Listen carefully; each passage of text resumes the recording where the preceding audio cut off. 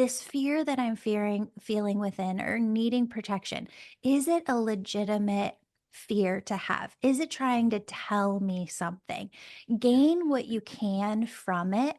And if you really feel nervous or scared about something, there's always Archangel Michael, right? Whether it's stress, anxiety, fear itself, call on Archangel Michael. He is always with you. I feel like we talk about guardian angels that are always with us, Mhm. but really, Archangel Michael is always with all of us as well. He's helping us feel safe, feel secure. It's the energy that really stems from the root chakra.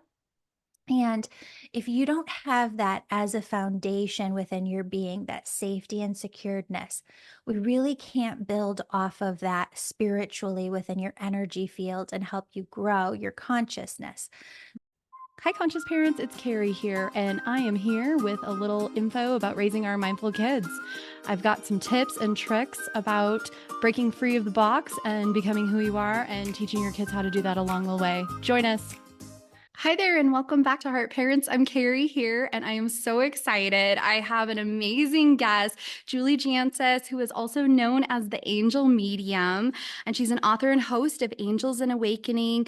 She wrote the book, and she has the podcast, and I have been listening to her for a couple of years now, and she's really helped me to help go through my spiritual awakening and connection and raising my energy. And I'm so excited to have you here today, Julie. Welcome to our show. Oh, I'm so excited to be here too. That light has never flickered, and I don't know if you saw it while you were doing the intro, but it was just going crazy. I have that a lot in my house. I always say it's my abuelita, my abuela, who helped to raise me spiritually and help me connect. Oh, that's amazing. Some spirits on the other side use light, some use like birds really to connect or numbers at Mhm. first, but I tend to when I'm in interviews with people or getting interviewed, the lights will flicker when it's some like a sign that you receive. Oh, So that's so cool.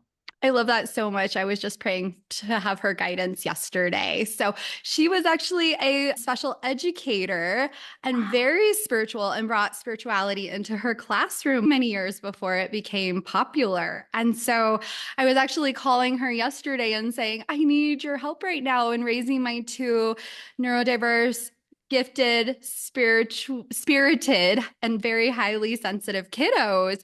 And so I love this right now. This is just all encompassing for all areas, Julie. And I would love to hear you mention that you have a neurodiverse piece for you and the connection that you have grown and realized and educated yourself in. I would love to hear more about your journey and what that looks like for you. Yeah, so I have ADHD and really I'm 43 now and I've been looking at this since I was probably 13 years old, right? Because I think probably around 10, 11, they started taking me into the therapist trying to get a diagnosis. But what we didn't know in the 80s and 90s that we do today is just how different ADHD looks in Mhm. girls versus boys. And Yes. I am by no means like a medical expert or any sort of expert on ADHD. The expertise that I have is having it myself Yes. and seeing and being very sensitive to energy. I am so incredibly sensitive to just all energy, as most empaths are. But I can notice just like when my energy changes, even in the slightest little bit. So it's led me to research just so many different ADHD experts, read so many different books. And the one book that I love more than anything is by Dr. Daniel Amen, Healing ADD. I don't know if you've heard of that one. You Mhm. can read it on Audible, but I suggest having a physical copy too, because he was the first person in the world, one of two people, to put humans into brain scanners, look at what's happening in the brains of neurodiverse people, and then try different treatments, put them back into the brain scanners, see what's happening differently with the brain, what's working and what's not.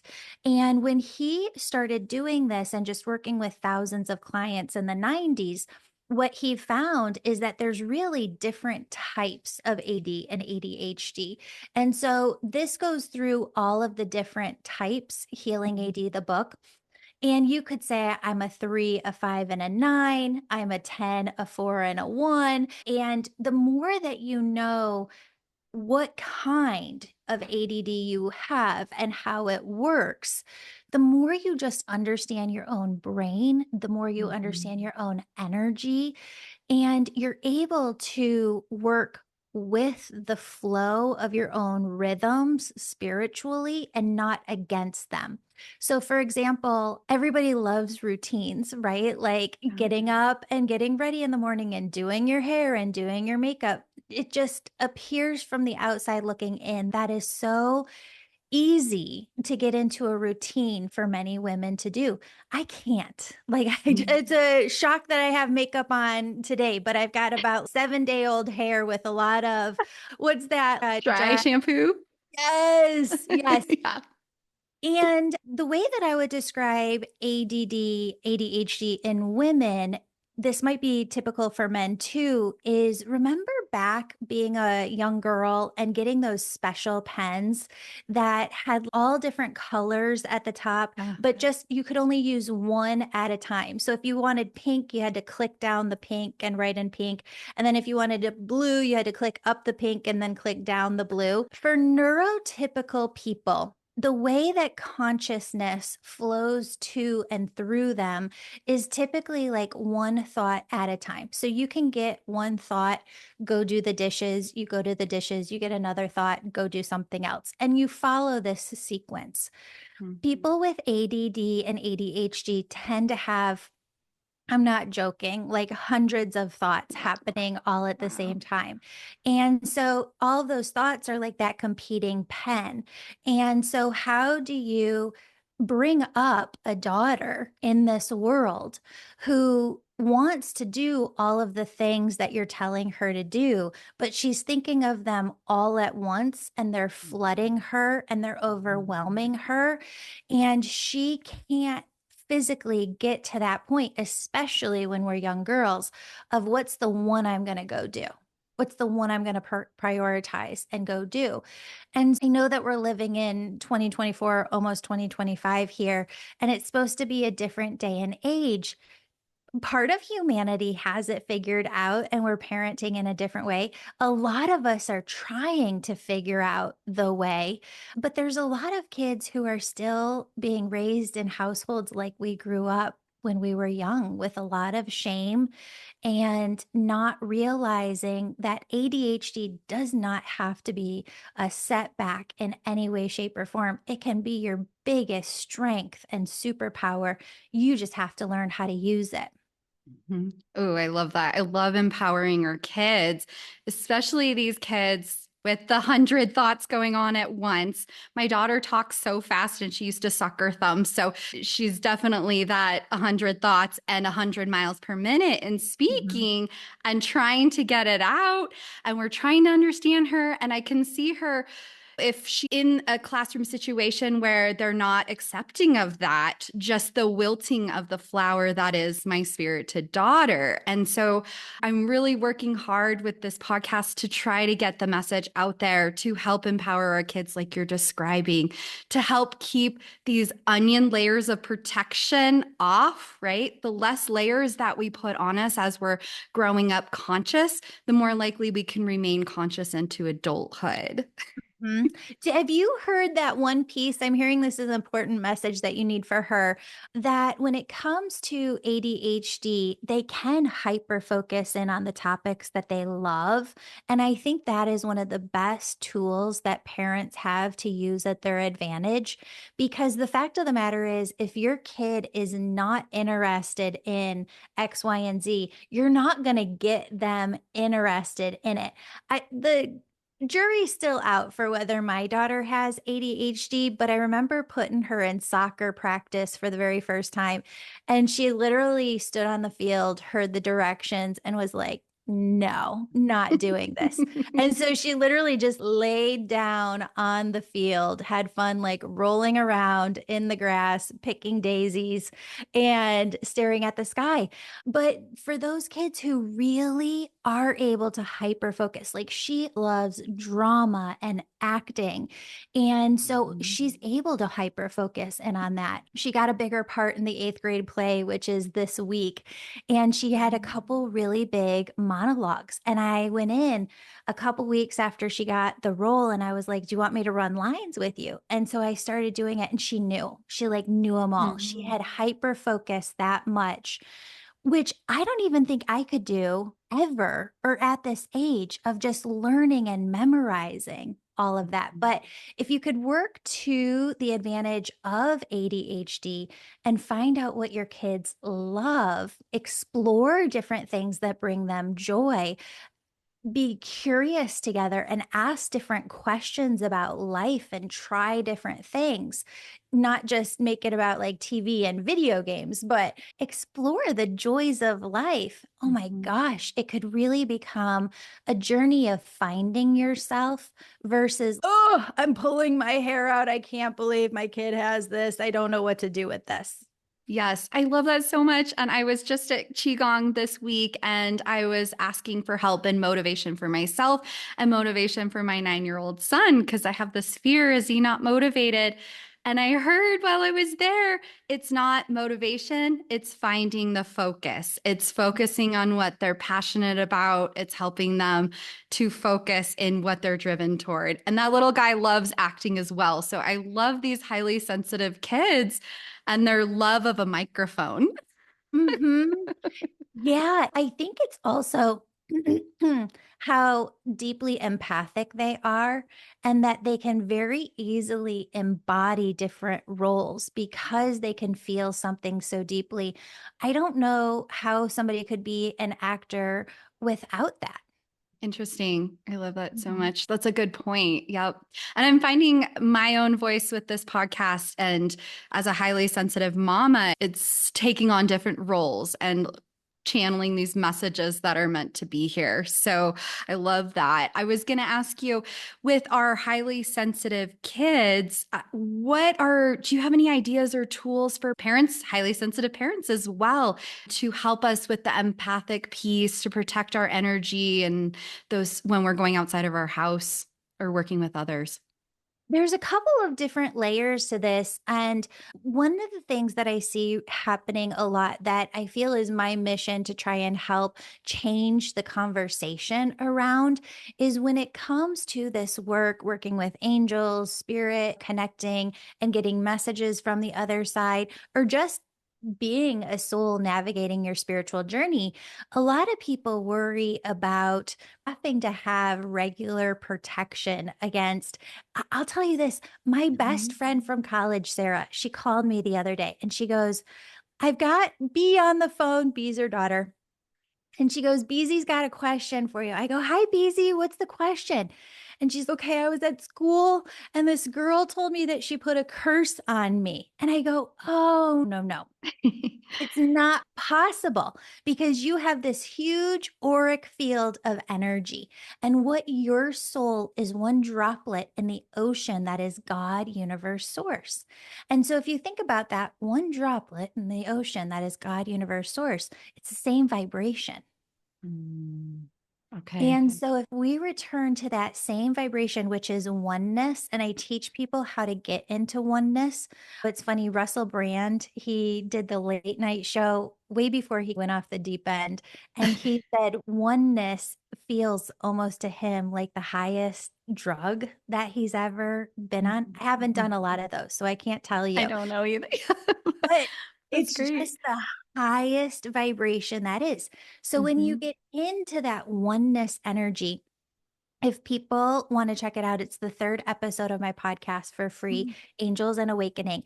It gets you into the most protection you could ever be in, which is oneness with God, universe, source, because over there, there is no fear. There is no need for that protection. So that oneness is first and foremost. The second part of this is when we think about ourselves and our minds, we're always going to have an egoic mind that's negative. It's what's kept humanity alive for so long. And it really is more of a protective mechanism. But in today's day and age, we don't need as much protection from bears or all these Mhm. different natural things that could have happened back in the day. So you have to ask yourself, this fear that I'm feeling within or needing protection, is it a legitimate fear to have? Is it trying to tell me something? Gain what you can from it. And if you really feel nervous or scared about something, there's always Archangel Michael, right? Whether it's stress, anxiety, fear itself, call on Archangel Michael. He is always with you. I feel like we talk about guardian angels that are always with us. Mhm. But really, Archangel Michael is always with all of us as well. He's helping us feel safe, feel secure. It's the energy that really stems from the root chakra. And if you don't have that as a foundation within your being, that safety and securedness, we really can't build off of that spiritually within your energy field and help you grow your consciousness. There's no shame in the game. If you feel any fear or scaredness, call in Archangel Michael. He's saying to mention something to your mamas. If you have dogs at home, just know that all of my clients who have dogs at home, they tend to say that when Archangel Michael comes in and we pray for him to come in, the dogs can sense it. And sometimes Wow. they'll look at him or they'll bark a little bit. It's perfectly normal. They're just sensing energies. And Michael's energy is massive. Think like 14, 16 feet tall, just huge football player, but the biggest teddy bear in the whole wide world. That's so wonderful to for our listeners to hear. And I love teaching my kiddos these pieces. So giving them that foundation and that belief system and helping them to feel like they have somebody they can call for protection, that they have this connection that's wonderful and that helps them feel so safe and secure. I don't know if you've heard of Dr. Lisa Miller. Yeah. She's done so much research on spirituality and how our children are born spiritually connected and seeking this connection through nature and asking questions. And I think you had mentioned something about our kids being spiritually connected and having that foundation. Oh, wow. Yeah. I've had Dr. Lisa Miller on the podcast multiple times. I've maybe had 4 conversations with Wow. her. And reading her books are really fascinating. She's got one of the best books out there for raising spiritual children. She also is a person, researcher, who spent a lot of time on the floor in the hospital where they do inpatient therapy. So somebody comes in and they need to be in the hospital for certain days or a couple weeks, really to just process their lives, get some healthy tools through counseling. And what she noticed with her clients, and I think this is her second book where she talks about this, is that some clients would come back year after year, and some clients would get the tools that they needed in just one time, and they'd leave and they'd never come back.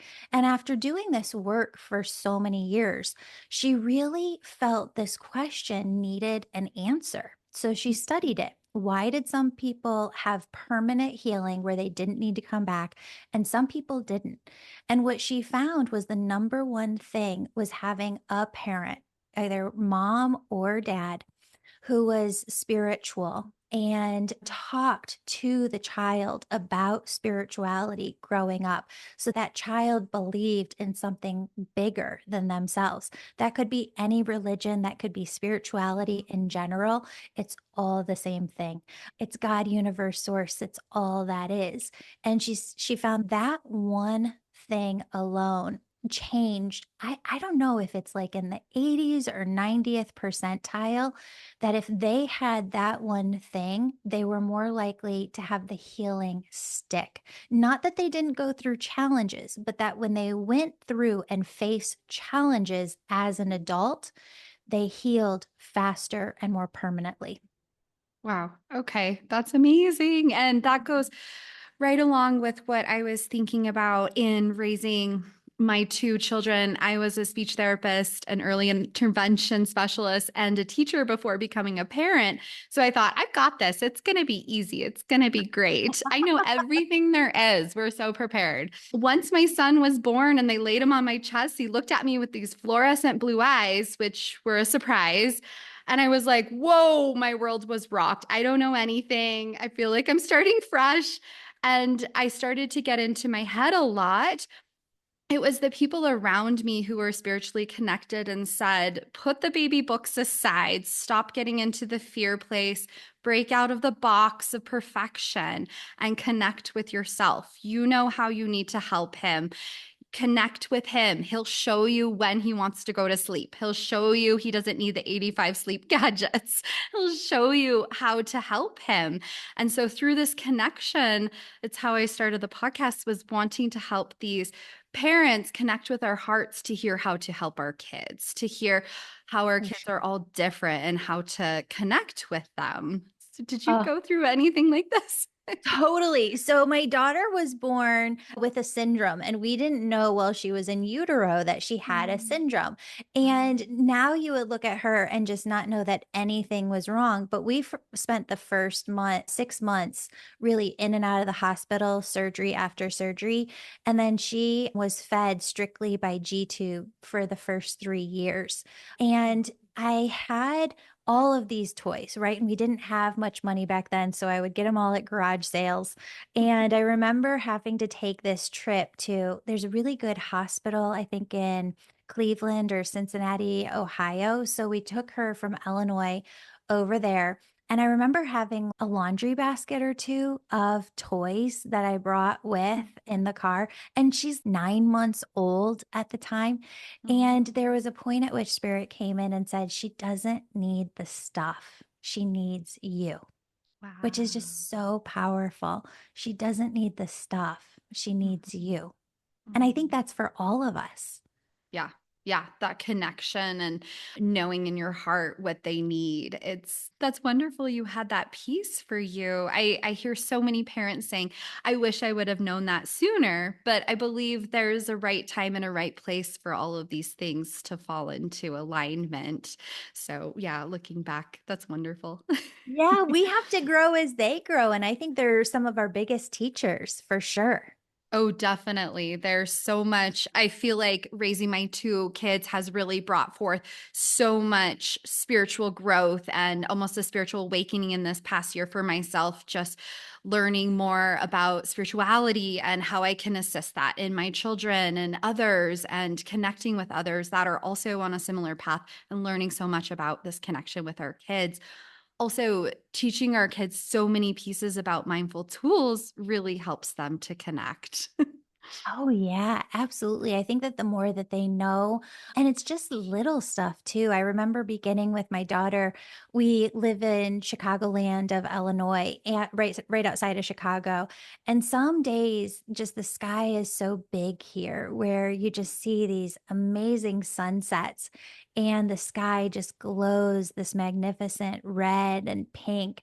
And every time we would have that, I would just look up in awe and wonder and just speak it to her. Oh my God, babe, look at the sky. Look at the sky, Elle. Let's give thanks right now. Thank you, God, Universe Source, for this beautiful sky. And just tuning into all of the wonder of life and just the smallest little pieces. I think so often we as human beings, especially adults, are just so in our heads where we're thinking so much, but we're not Yeah. actually communicating it or speaking it out loud. And there's so much of spiritual thoughts that we could share with our kids that would just be so profound to Mhm. them. And one of the things I wish I would have done is I felt earlier on like my daughter had to be a certain age before she experienced sound bowl healings and yoga and just all Yeah. this different stuff. And they get to a point, I really thought, I've got her for 18 years. This is going to be great. When she's 14, we'll start doing a lot more and I'll integrate her into more. But by that time, they have so much of their own interests. Mm. And I really think that those earlier years between 2 and 10 are the greatest times to be teaching them along the way and doing spiritual practices with them, whether it's Yep. deep breathing to center themselves when they're upset, or just sound bowl healings to like on YouTube to shift the mood in the house and the energy. These little things of praying at night, or even I'm not a religious person, just spiritual, but there's an energy to the truth and the wisdom behind religious practices. And prayer is really an energetic practice. So when Mhm. we pray on our food, right? Like just pray for God, universe, source to nourish the food and nourish our body with it. What if it opens up the cells more? What if the cells really tune in to the good nutrients more? What if our bodies absorb more? I think that we have to reframe a lot to see things from an energetic point of view. And when we do that, so much will shift. That's wonderful. And taking that moment to teach them the connection too, to teach them how to connect, how to slow down, how to be present, and Mhm. putting any devices away, I think is a huge one that I hear a lot. And I never think about it because we don't have our devices out very much at home, but taking that time to connect with them. We do the sound, we have a little Tibetan sound bowl, and my kids love to do it when we come home from school and we're eating snack as a way to Mm. just reset the day and to cleanse ourselves and renew. So we love that one. And also, I love sharing with people. I love to do guided meditations, like very little ones for my kids in whatever they're into. So for my son, he's really into orcas right now. So we do a little guided meditation, like a 1 minute, just picturing, you can use the waves for your breathing and talking about the orca and what he's seeing in you and things like that. So I love finding what they're into and then doing a little meditation with that when they're young. Oh, that is so fun. I have been working with ChatGPT and AI tools since they first came out a couple of years ago, and I'm a writer by nature. I have been in writing classes and Ah, writing since I was like 13, 14 years old, and wow. I'm a wordsmith. I like to change things up. So I don't love it to just copy and paste what they create for you. But I think it's actually going to become such an incredible tool for parents to use and for Mm. anybody like meditations. So if your kids love pandas, you could go in to ChatGPT, which is a free tool right now, or Yeah. Google's Gemini and type, give me a 2-minute meditation that includes pandas for kids, Yes. age blah, blah, blah, blah, blah, blah, blah. And it'll spit out a meditation that you can just gently walk them through. And really, there's no more safety and security than your child hearing your own voice. So I Mhm. think that's something incredible, Carrie, that you've stumbled Yeah. upon. Yeah, I love that idea of using ChatGPT as a tool to help you get there because it can be hard if you're not a teacher by trade. It can be hard to come up with those in the moment, I'm sure. So I love that idea. That's so powerful. Yeah, I love it. I wanted to ask you, raising kids who are so gifted, spirited, highly sensitive, it can feel really challenging at times. And it can feel lonely. That's why I started Heart to Heart Parents. It can feel like when we shut the door, everything looks normal on the outside. But when we close the door, it can be hard sometimes inside. Is there anything that you would say to these parents who I'm starting to realize that these challenges are moments for us to grow, blossom, learn, heal, and start to raise our energy and to be more conscious and it can be an opportunity for spiritual awakenings. And what would you say on this area? Let me ask you a question because I have always been a person I always feel like I'm bad or wrong or like other people are doing it better. Do you ever Yeah. feel that way? Oh, 100%. Okay. So I really feel that what you can gain out of parenting is this. And from reading just thousands and thousands upon thousands of spiritual books, this is what Mhm. I know for certain that we all have a stream of consciousness, and you can think about it in this place, earth realm. It's linear. Like it is Mhm. A plus B plus C. We're going through the alphabet linearly, but Mhm. nobody really wants to go through that process of evolving our consciousness. Most people want the game Shoots and Ladders, where you just get these ladders and these shortcuts to just bypass certain steps and find the secret and move there. There really is a stream of thought, and you're never bad or wrong. You are always exactly where you're supposed to be. There are so many different types of tools out there. I'm really protective of my community because I see so many spiritual teachers leading people down a path I wouldn't want them to go. And I like to do things differently to keep people in a safe space. So I've got a membership where we go through a new course every month, and we get together every Wednesday night as a group. And it's so much fun to be in community, all of us learning about the same thing. In each Wednesday night, we practice different exercises, different spiritual tools, so that all year long you're gaining new tools that you can practice during the week and try and see if it resonates. Spiritual tools are like this: you take what works in your tool bag, and what doesn't resonate it's not for you. It might not be bad or wrong. It's just not for you. So you go through life accumulating all of the spiritual tools that really do work for you. You don't have to use all of them every single day, but then you have them when something comes up so that you can fall back on it in life, and you don't really spiral downward into this hole anymore. You find ways to keep yourself above ground and with a stronger foundation. That's wonderful. Yes, staying connected and having your toolbox ready because even if you're Julie Jancis, you still have your human moments, right? You still have to practice it and come back to it. That's wonderful you have a program like that. Yeah. Yes. 100%. I was going to ask you one last question about empowering our kids. And is there anything that you would have told younger Julie when she was going through her ADHD moments and growing up? Is there anything you would tell younger Julie or kids of today going through this?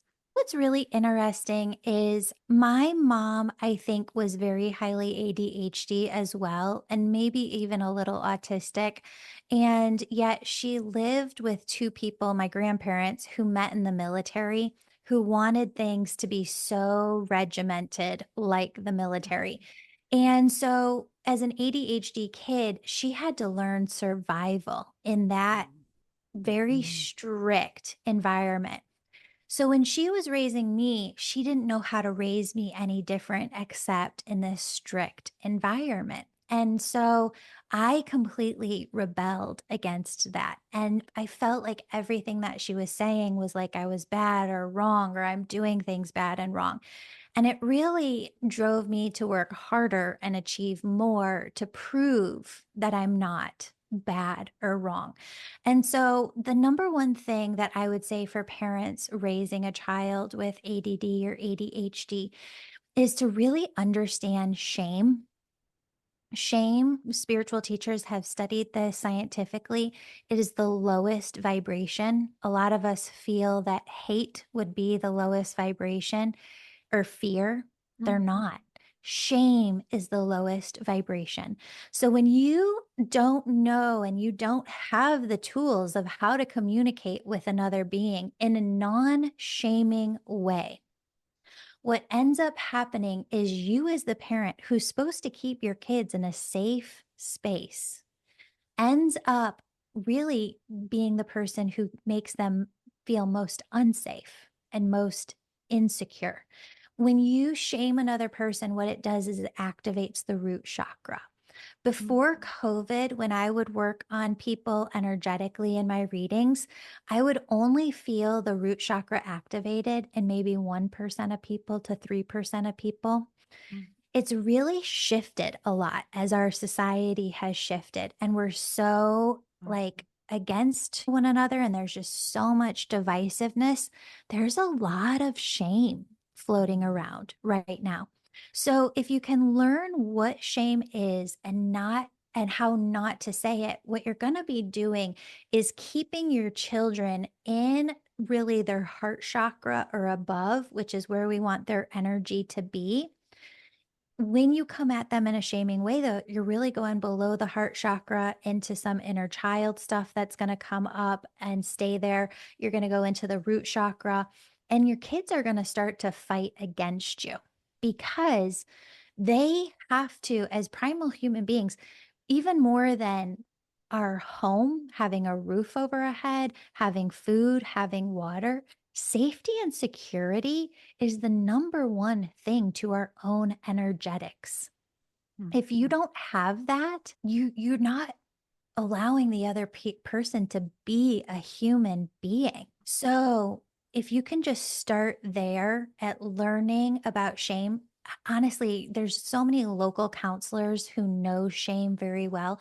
I'm a big fan of going into counseling offices and asking them, how would you work with this? What is your expertise on this? How often do you read books? I want to know that I'm going to see a good counselor because 50% are awful, and you have to find a counselor who's really going to help you and your family. So interview them. It is your right to interview them and find the right one. Find somebody that can help you learn how to say things in non shaming ways. The other thing that the angels are saying that coincides with that is if you have a lot of shame within you that might have been put on by your parents or friends or ex in the past, that's going to be something that's really hard for you. So you almost have to work through your own shame in order to be able to treat people with love and not shame them, even unintentionally. Yeah. Wow. Yes. Shame is such a huge piece, especially also for our highly sensitive kids. Yeah. Even just small corrections can sometimes look so intense for them. So, Have you yeah. heard of rejection sensitivity disorder? No, I haven't heard of that one. Okay, so most kids with ADD and ADHD also are so highly empathic, so highly sensitive that they have rejection sensitivity disorder, which means that when Mm. you say things to a normal person, go do this, or oh my God, I can't believe you got a bad grade on this. Maybe it like hits a neurotypical person. I don't mean to say normal person, maybe at a two, a three, or a four Mhm. out of 10, you say that to a kid with ADD or ADHD, and they can feel it 11, 12, 13, 15 on a scale of 10, especially with friendship stuff too that comes up. They're constantly in their own head about it. And helping them understand that rejection sensitivity disorder with a counselor can be very beneficial in helping that child understand how to navigate the world and that not everybody is going to hold them in a safe space. Not all things are equal. Can I say one more thing? Oh, yes, please. Go ahead. A lot of people with ADD and ADHD have this belief in a just world that if you're just a good enough person, if you're just do good in this world, then other people will do good to you. And some people say, oh, if something bad happened to you, then it was your karma, right? Like Mhm. you must Yep. have done something Yep. that brought that karma on you. No, we have to completely get rid of that notion. That is not true at all. The Mm. truth is, all of us come in here with a blank karmic slate. Every human soul on earth has free will to do whatever they please. And if somebody goes to the bar one night and drinks more than they should, they know that they're doing wrong. They're doing that of their own free will. And you're in the car or somebody's in the car and something happens. There's nothing that you did to bring that on. Mm. So, a lot of kids have this belief that if something bad is happening to them, it's because they did something wrong, because they've been good. And so they strive to be good and perfect. Even adults, I find this in most adults as well. Mhm. But when you reframe and that everybody has free will, and you might not have done anything wrong whatsoever, but it's not a fair and just world that everybody has their own free will. And sometimes that hurts other people. That's the perspective that we need to be coming from and understanding and helping our kids understand too, so that they Yes. understand their place in the world and we understand our role in it too. Wow. I love it, Julie. I love this rejection sensitivity disorder. I'm going to bring that up with our occupational therapist who does somatic therapy as well. I feel like that's another place to target and think about. So, thank you. Amazing. So many Yes. great tools. Thank you so much for all of this information. And I love the program you shared. And Angels and Awakening podcast has been such a blessing for me and listening. And my kids loved your kids one. You did too. Oh, good. Thank you so much. I so Yeah. appreciate you. Yes. Thank you so much for being here with us. We genuinely enjoy your time. Oh, thank you. Yeah, if anybody wants to find me, they can go over to theangelmedium.com or Angel Podcast at Angel Podcast. Perfect. Thanks so much for sharing, and I'll include it in our show notes as well. Thank Thank you, you. Carrie. That's a wrap. Thanks so much for tuning in, Changemakers. This is Carrie. And if you haven't done a review for us, 5 stars and a little few words about what you've enjoyed in our podcast episodes, we would really appreciate it. If you guys would like to ever message me, I would love any questions you have or any feedback at info@hearttoheartlife.com. We also have a brand new website, which we're super excited to share. It's hearttoheartlife.com. Thanks so much for tuning in and happy life, happy times, Changemaker families. Please remember that the information shared on this podcast is educational in nature and does not constitute licensed mental health advice. If you need such advice, you should speak with a licensed professional about your unique situation. Thanks so much, happy listeners.